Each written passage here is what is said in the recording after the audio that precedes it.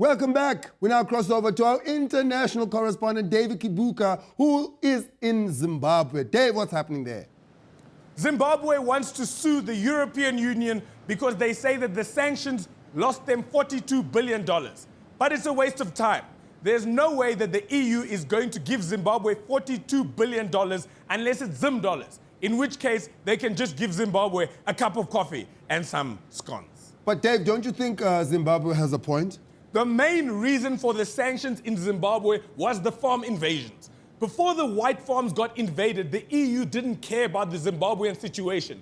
And this shows how white people stick together. Zimbabwe should have known that white folks would stick together because they feel marginalized. What do you mean feel marginalized? They have all the money, don't they? They feel marginalized because we blame them for everything that their forefathers did. Now they're scared of doing anything. Like white people are now only allowed to talk about monkeys if there's an actual monkey in front of them. Otherwise, they'll be accused of racism. Well, they brought this upon themselves. Well, Africans don't stick together, as can be seen by what our president said about Malawi's roads. Dave, I was going to talk about that in the second segment. I don't know what you think, but I understand what our president was saying. Because have you been on a road in Malawi? Dave, are you defending him now? Have you been on a road in Malawi? Exactly. So how can you comment on what he was saying? You always go to Europe, but have you ever taken time out of your busy schedule of joke telling to visit any African countries? Remind us what African countries you've been to. Dave, that's not the issue. The issue is that he implied that we are not African. The president was just telling it like it is. South Africa is so rich and organized compared to the rest of Africa that we might as well not be in Africa.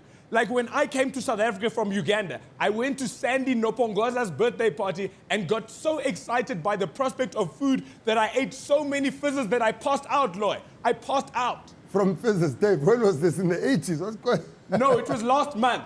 But that's my point. You even have carrot cake in South Africa. That's cake made out of carrots. If that's not being a Skotana, I don't know what is. South Africans are like, chocolate cake is boring, man. That's why we use carrots. Next, we'll be making spinach cake, because that's what's happening in Europe at the moment. Admit it, white South Africans love Europe, black South Africans love America. No South African aspires to do what's happening in Africa, but when our president says it, people give him flack. Viva Jacob, viva, you are telling the truth, viva Jacob! Yeah, but what about African relations? What about African relations? Thank you, Loy. Always avoiding the question. David Kibuuka, ladies and gentlemen, we'll see him next week. News that moves. ENCA.com.